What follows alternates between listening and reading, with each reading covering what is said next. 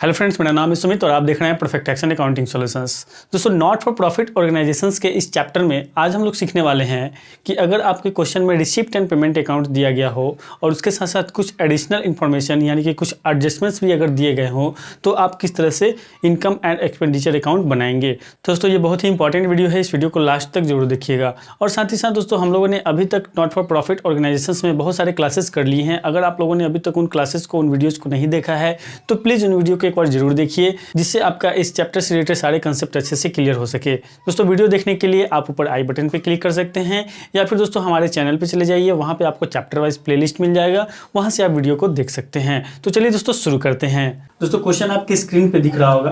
दोस्तों, जब भी इस तरह के क्वेश्चंस को आप सॉल्व करें तो पहले क्वेश्चन को पूरा पढ़ लें। ठीक है, पूरा पढ़ने से क्या होगा दोस्तों कि आपको एक आइडिया लग जाएगा कि आपको किस तरह से क्वेश्चन को सॉल्व करना है। दूसरी बात दोस्तों कि ये जो क्वेश्चन है ये किस बुक का है, किस राइटर का है, इससे कोई फर्क नहीं पड़ता है, क्योंकि मैं आपको सिर्फ और सिर्फ कंसेप्ट सिखाता हूँ। अगर कंसेप्ट क्लियर होगा तो आप किसी भी बुक के, किसी भी राइटर के क्वेश्चन को आसानी से सॉल्व कर पाएंगे। ठीक है, तो चलिए क्वेश्चन को पढ़ते हैं। दोस्तों, क्वेश्चन कह रहा है कि the following is the receipt and payment account of the Delhi sport club for the year ending 31 March 2007। ठीक है, दिल्ली स्पोर्ट क्लब का आपको रिसिप्ट एंड पेमेंट अकाउंट दिया गया है 31 मार्च 2007 के डेट में। ठीक है, उसके बाद दोस्तों कुछ एडिशनल इन्फॉर्मेशन भी दिए गए हैं जिसे हम बोलते हैं एडजस्टमेंट्स। क्लियर है। उसके दोस्तों आगे बोल रहा है कि from the above information you are required to make out an income and expenditure account of the club for the year ending 31 March 2007। ठीक है, इन इन्फॉर्मेशंस की मदद से आपको इनकम एंड एक्सपेंडिचर अकाउंट बनाने हैं। किस डेट को बनाने हैं? तो 31 मार्च 2007 के डेट में बनाने हैं। क्लियर है। अब दोस्तों सबसे पहले अगर हम बात करें रिसिप्ट साइड की, तो रिसिप्ट साइड में सबसे पहले आपको दिया गया है बैलेंस 1 अप्रैल 2006। ठीक है, यानी कि कैश या फिर बैंक का बैलेंस ये हो सकता है। तो दोस्तों कैश और बैंक का जो बैलेंस है वो क्या है? बिजनेस के लिए एसेट है। तो क्या उसे हम अपने इनकम एंड एक्सपेंडिचर अकाउंट में दिखाएंगे? नहीं दिखाएंगे दोस्तों। एसेट है, उसे हम अपने बैलेंस शीट में दिखाएंगे। क्लियर है। तो इसे हम यहाँ पे कर देंगे इग्नोर। उसके बाद दोस्तों आगे दिया गया है आपको एंट्रेंस फी 550 रुपया। ठीक है, तो एंट्रेंस फी को हम यहाँ पे दिखाएंगे। अब दोस्तों यहाँ पे आप ध्यान रखिएगा, कोई भी आइटम को यहाँ डालने से पहले आप एक बार एडिशनल इन्फॉर्मेशन को पढ़िएगा कि क्या कोई एडिशनल इन्फॉर्मेशन इसके बारे में दिया गया है। ठीक है, तो यहाँ पे दोस्तों इसके बारे में कोई भी इन्फॉर्मेशन नहीं दिया गया है, तो इसे हम एज इट इज यहाँ पे डाल देंगे। ठीक है, तो इंटरेस्ट फी जो है वो क्या है दोस्तों? बिजनेस के लिए इनकम है, तो इनकम साइड में हम लिखेंगे बाय इंटरेस्ट फी। कितना है? 550 रुपया। क्लियर है। उसके बाद दोस्तों क्वेश्चन में आपको दिया गया है सब्सक्रिप्शन। सब्सक्रिप्शन आपको दिया गया है 2005-06 के लिए भी, 6-7 के लिए भी और 7-8 के लिए भी।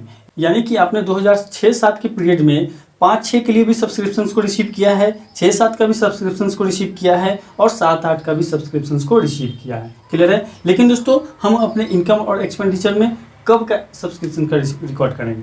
तो हम अपने इनकम एंड एक्सपेंडिचर में जिस पीरियड का इनकम एंड एक्सपेंडिचर बना रहे हैं उसी पीरियड से रिलेटेड सब्सक्रिप्शन के अमाउंट को रिकॉर्ड करेंगे। क्लियर है। उसके साथ साथ दोस्तों अगर हम एडिशनल इन्फॉर्मेशन की बात करें तो इसमें कह रहा है कि सब्सक्रिप्शन अनपेड फॉर 2006-07 रुपीज 460 है। 2006-07 का 468 रुपया सब्सक्रिप्शन रिसीव नहीं हो पाया है। ठीक है, तो ये एडजस्टमेंट है। अब आइए दोस्तों देखते हैं इसे हम किस तरह से लिखेंगे। तो यहाँ पे दोस्तों हम लिखेंगे बाय सब्सक्रिप्शन। कितना है दोस्तों? 16,900 रुपया। ठीक है, तो 16,900 रुपया हम यहाँ पे लिख देंगे जो कि 2006-07 से रिलेटेड है। एडजस्टमेंट्स में दोस्तों आपसे कह रहा है कि सब्सक्रिप्शन अनपेड फॉर 2006-07, 2006-07 का सब्सक्रिप्शन रिसीव नहीं हो पाया, यानी कि आउट स्टैंडिंग रह गया। कितना अमाउंट है? 468 रुपया। तो यहाँ पे दोस्तों हम ऐड करेंगे ऐड आउट स्टैंडिंग सब्सक्रिप्शन 468 रुपया। ठीक है, उसके बाद कोई एडजस्टमेंट नहीं है तो इसे हम ऐड करके यहाँ पे फाइनल अमाउंट में लिख लेंगे। कितना अमाउंट हो जाएगा दोस्तों? ये हो जाएगा आपका 86,371, यानी कि 17,368 रुपया। क्लियर है। उसके बाद दोस्तों आगे दिया गया है लॉकर रेंट दिया हुआ है दोस्तों 500 रुपया। अब दोस्तों एडिशनल इन्फॉर्मेशन में भी कुछ दिया हुआ है। क्या है दोस्तों? यहाँ पे कह रहा है कि lockers rent ₹60 refer to 2005 and 6। ठीक है, उसमें से 60 रुपया लॉकर रेंट जो है वो 2005-06 से रिलेटेड है। ठीक है, और आगे कर रहा है दोस्तों एंड ₹90 इज स्टिल ड्यू। ठीक है, और ₹90 जो है वो करेंट पीरियड से है और वो अभी ड्यू है, अभी तक आपको रिसीव नहीं हुआ है। ठीक है, तो यहाँ पे भी एडजस्टमेंट है। आइए देखते हैं इसे हम किस तरह से करेंगे। तो यहाँ पे दोस्तों हम लिखेंगे बाय लॉकर्स रेंट। कितना दिया हुआ दोस्तों? 500। ठीक है, 500 ही है। उसके बाद दोस्तों यहाँ पे करेंगे हम add outstanding. Outstanding locker rent कितना है दोस्तों, तो 90 रुपया है। ठीक है, 90 रुपया ऐसा लॉकर रेंट है जो कि आपको रिसीव नहीं हुआ है, करंट ईयर से रिलेटेड है लेकिन आपको रिसीव नहीं हुआ है, तो ये आउटस्टैंडिंग है, तो इसे हम ऐड कर देंगे। कितना हो जाएगा दोस्तों, ये हो जाएगा आपका 590 रुपया। ठीक है, उसके बाद दोस्तों इसमें से हम करेंगे लेस क्या करेंगे दोस्तों, आपने जो 2005-6 के लिए लॉकर रेंट इस पीरियड में रिसीव किया है उसे आपको लेस करना होगा। तो यहाँ पे लिखेंगे लॉकर रेंट फॉर 2005 एंड 6, कितना रुपया दोस्तों, 60 रुपीज़। ठीक है, तो इस अमाउंट को लेस कर देंगे। कितना हो जाएगा दोस्तों, ये हो जाएगा आपका 530 रुपया, ये फाइनल अमाउंट हो जाएगा और इसे हम अमाउंट के कॉलम में लिख देंगे। क्लियर है। उसके बाद दोस्तों आगे क्वेश्चन में दिया हुआ है special subscriptions for government party.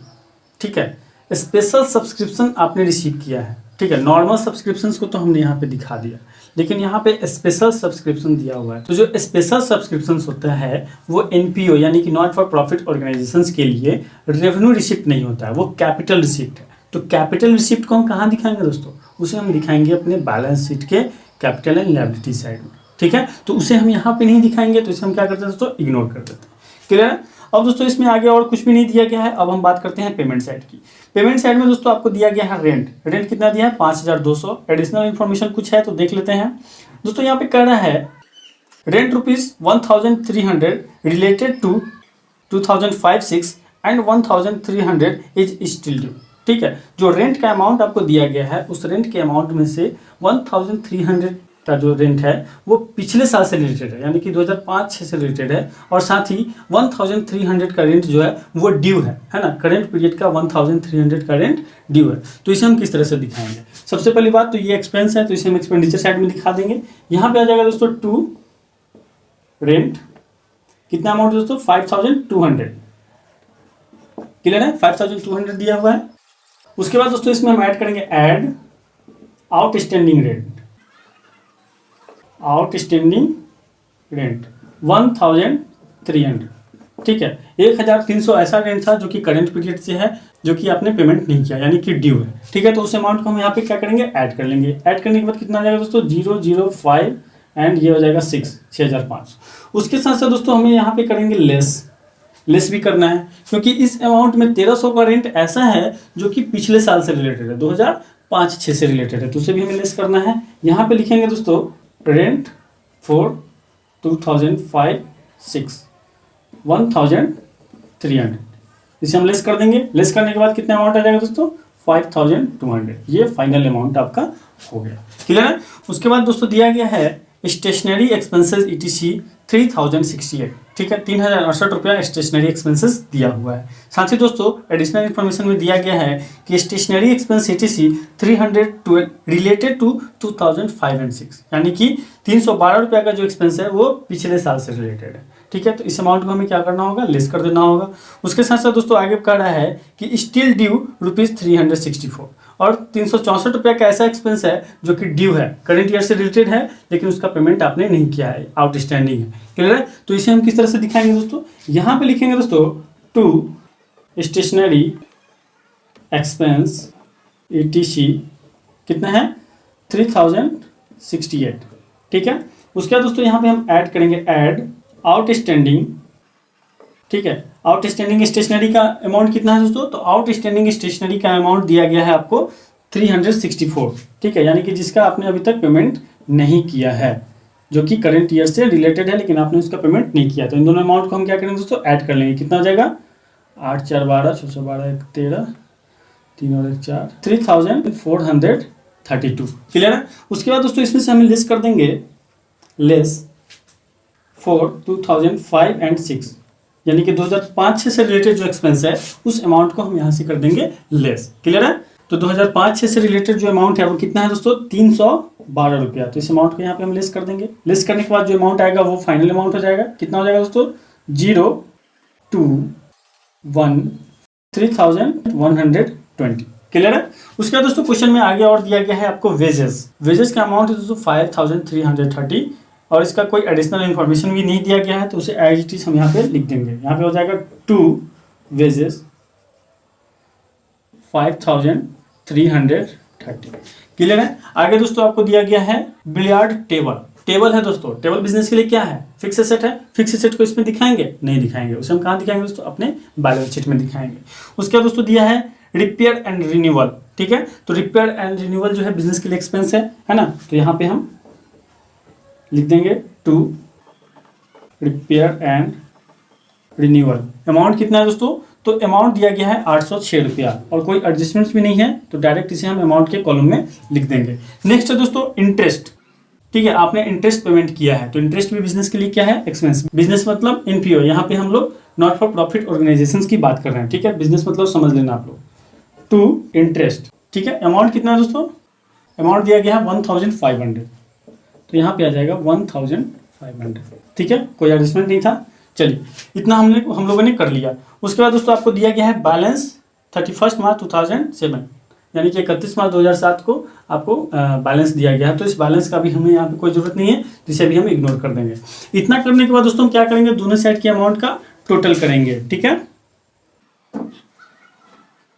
दोस्तों सबसे पहले अगर हम इनकम साइड के अमाउंट का टोटल करें तो यहाँ पे आ जाएगा 18,448, ठीक है। उसी तरह अगर हम एक्सपेंडिचर साइड के अमाउंट का अगर हम टोटल करें तो यहाँ पे दोस्तों अमाउंट आएगा 15,956। तो क्या 15,956 रुपये हम यहाँ पे लिखेंगे, नहीं दोस्तों, यहाँ पे हम लिखेंगे 18,448, क्योंकि जैसा कि हम लोग जानते हैं कि जो बड़ा अमाउंट होता है वही अमाउंट को हम दोनों साइड में लिखते हैं। अब दोस्तों क्या करना होगा, इन दोनों के बीच में डिफरेंस निकालना होगा और उस डिफरेंस को यहाँ पे लिखना होगा, ठीक है। तो अगर हम इन दोनों के बीच में डिफरेंस निकालेंगे तो यहाँ पे अमाउंट आएगा दोस्तों 2,492, ठीक है, 2,492, ठीक है। और ये जो अमाउंट है दोस्तों यही आपके ऑर्गेनाइजेशन का, आपके एनपीओ का सरप्लस है, ठीक है। इसे हम बोलेंगे to excess of income over expenditure, ठीक है। ये जो अमाउंट है दोस्तों ये आपके ऑर्गेनाइजेशन का क्या हुआ, सरप्लस अमाउंट है, ठीक है। यहाँ पे क्या हो रहा है कि आपका इनकम साइड का जो अमाउंट है वो ज़्यादा है और एक्सपेंस साइड का अमाउंट कम है, यानी कि बैलेंस जो डिफरेंस अमाउंट आया वो आपके ऑर्गेनाइजेशन के लिए क्या हुआ दोस्तों, सरप्लस हुआ। वहीं अगर आपके बिजनेस में एक्सपेंस ज़्यादा होता और इनकम कम होता, ठीक है, तो वो जो अमाउंट आता, वो जो बैलेंसिंग आता इस साइड में, वो दोस्तों आपके ऑर्गेनाइजेशन के लिए डिफिक्स होता है ना, यानी कि लॉस होता है एक तरह से। क्लियर दोस्तों। तो इस तरह से रिसिप्ट एंड पेमेंट अकाउंट के साथ साथ अगर कुछ एडजस्टमेंट्स भी दिए रहेंगे तो आप आसानी से इनकम एंड एक्सपेंडिचर अकाउंट बना पाएंगे। तो आई होप इस वीडियो में बहुत कुछ क्लियर हुआ होगा। फिर भी अगर कोई डाउट है तो आप हमें कमेंट करके जरूर लिखिए। और साथ ही दोस्तों मैं आपको सजेस्ट करना चाहूँगा कि ज़्यादा से ज़्यादा क्वेश्चन को सॉल्व करें, ठीक है। जितना ज़्यादा आप प्रैक्टिस करेंगे उतना ज़्यादा आपका कंसेप्ट अच्छे से क्लियर होगा। तो वीडियो अच्छा लगे तो वीडियो को लाइक कर दीजिए और चैनल पर नया है तो चैनल को सब्सक्राइब कर लीजिए। Thank you for watching. Vande Mataram.